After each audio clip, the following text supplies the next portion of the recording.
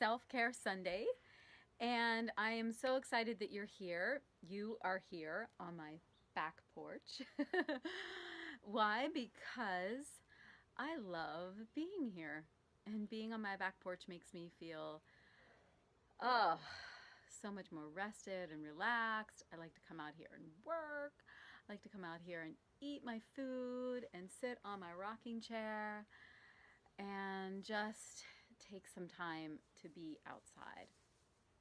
So I'm sharing this with you because it is Self-Care Sunday. And in the next 4 weeks, we are going to talk more about self-care, and I'm going to offer you a practice to bring in more self-care into your lives.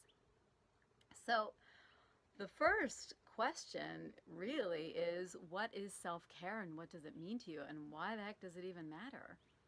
Well, self-care is so important because if we are just giving, output, and we're not taking care of ourselves, we go into empty and we can crash and burn. And I don't know about you, but I've been there many times where the only time I would actually really slow down to take care of myself is when I pushed myself so hard that my body just was like, you're done. But really, that's not self-care, that's like self-emergency mode.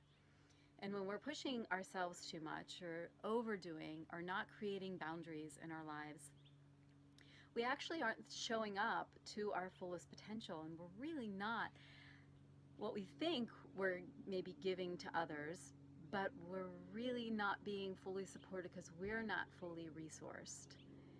And if we want to have a life that's full of fun and joy and a body that's thriving and healthy, then we need to take care of ourselves. So the first exercise I have for you for Self-Care Sundays is to look at your self-care story.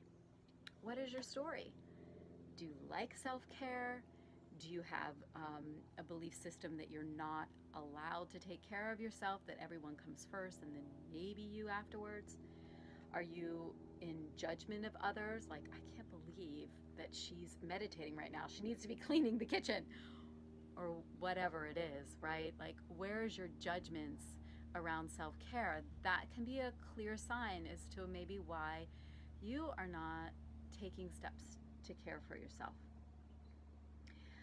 And on top of this, I want you to not only look at your story with self-care, but really look at all the ways you are taking care of yourself, big and small. So we often think that self-care is just like, okay, I'm getting a massage, or I'm going on a yoga retreat, or some big monumental moment. But really, we are constantly taking care of ourselves in small ways. So, for example, I love my slippers. And they're these cute little slippers, and I always have them on in my house. I wear them usually in the summer as well because my house is really cold.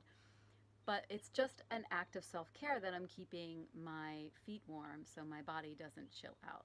So that's an example of self-care.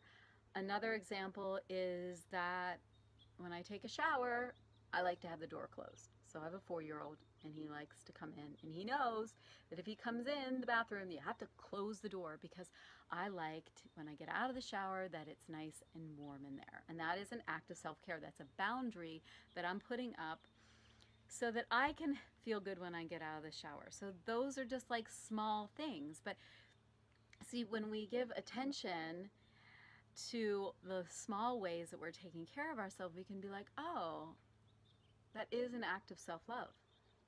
That is a moment that I'm caring for myself. And the more we do that, the more we have more openness and willingness to bring in more self-care. So I hope that is helpful for you. I'm so excited. We're going to do this every week in November. So join me next week where we're going to dive into some movement practices together. So have a wonderful Self-Care Sunday. Do something really nice for yourself today. Really, really nice. Go that extra mile. I'll see you next Sunday.